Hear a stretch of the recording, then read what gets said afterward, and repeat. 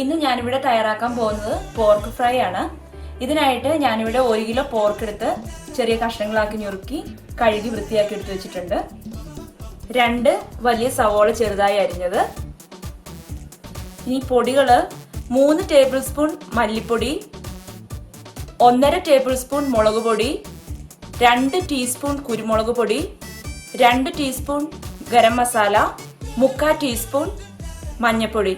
ഇതിൽ കുരുമുളക് പൊടിയും മുളക് പൊടിയൊക്കെ നിങ്ങളുടെ എരിവിനനുസരിച്ച് അഡ്ജസ്റ്റ് ചെയ്യാം. 5 വലിയ വെളുത്തുള്ളിയും വലിയൊരു കഷ്ണം ഇഞ്ചിയും കൂടെ ചതച്ചെടുത്തേക്കുന്നത്, 3 പച്ചമുളക്, കറിവേപ്പില ആവശ്യത്തിന്, എണ്ണ ആവശ്യത്തിന്, ഉപ്പ് ആവശ്യത്തിന്, കടുക് 1 ടീസ്പൂൺ. ആദ്യം തന്നെ നമുക്ക് പോർക്ക് ഒന്ന് മാരിനേറ്റ് ചെയ്ത് വെക്കണം. അതിനായിട്ട് നമ്മൾ ആദ്യം എടുത്തു വെച്ചിരുന്ന സവോളയിൽ നിന്ന് കുറച്ച് സവോള ഇതിനകത്തേക്ക് ഇട്ട് കൊടുക്കാം. പച്ചമുളക്, വെളുത്തുള്ളിയും ഇഞ്ചിയും ചതച്ചതിൽ പകുതി, പൊടികൾ എടുത്തു വെച്ചതിൽ മല്ലിപ്പൊടി ഒരു 1.5 ടേബിൾ സ്പൂൺ ഇട്ട് കൊടുക്കാം. മുളക് പൊടി ഒരു 3/4 ടേബിൾ സ്പൂൺ, പകുതി കുരുമുളക് പൊടി, ഗരം മസാല 1 ടീസ്പൂൺ, മഞ്ഞൾപ്പൊടി, കുറച്ച് കറിവേപ്പില, ഉപ്പ്. ഇനി ഇത് നന്നായിട്ട് തിരുമ്മി യോജിപ്പിക്കാം.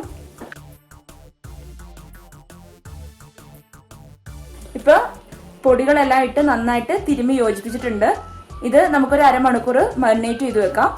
ഇനി ഫ്രൈങ് പാൻ ചൂടായി കഴിയുമ്പോൾ അതിലേക്ക് ആവശ്യത്തിന് എണ്ണ ഒഴിച്ചു കൊടുക്കാം. എണ്ണ ചൂടായി കഴിയുമ്പോൾ അതിലേക്ക് കടുക് ഇട്ട് കൊടുക്കാം, കറിവേപ്പില ഇട്ട് കൊടുക്കാം, ഇഞ്ചിയും വെളുത്തുള്ളിയും ചതച്ചത്,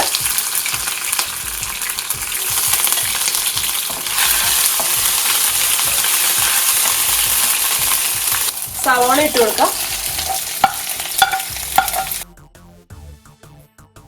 സവോള ഒന്ന് പെട്ടെന്ന് വഴന്നു കിട്ടാൻ വേണ്ടി അതിനാവശ്യത്തിനുള്ള ഉപ്പിട്ട് കൊടുക്കാം.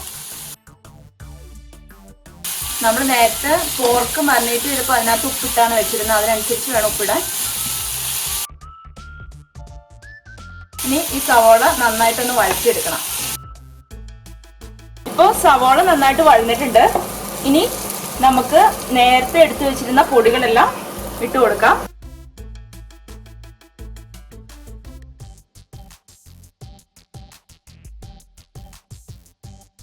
പൊടികളിലെ പച്ചമണം മാറുന്നിടം വരെ ഒന്ന് ഇളക്കി കൊടുക്കാം.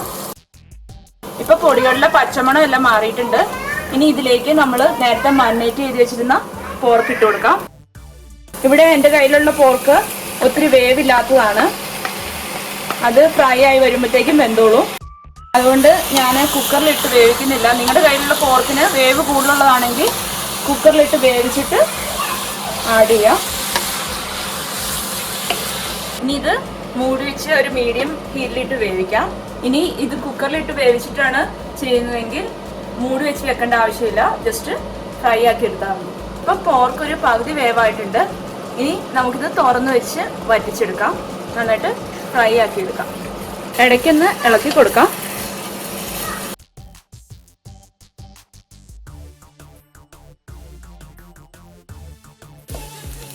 ഇപ്പോൾ പോർക്ക് ഫ്രൈ റെഡി ആയിട്ടുണ്ട്.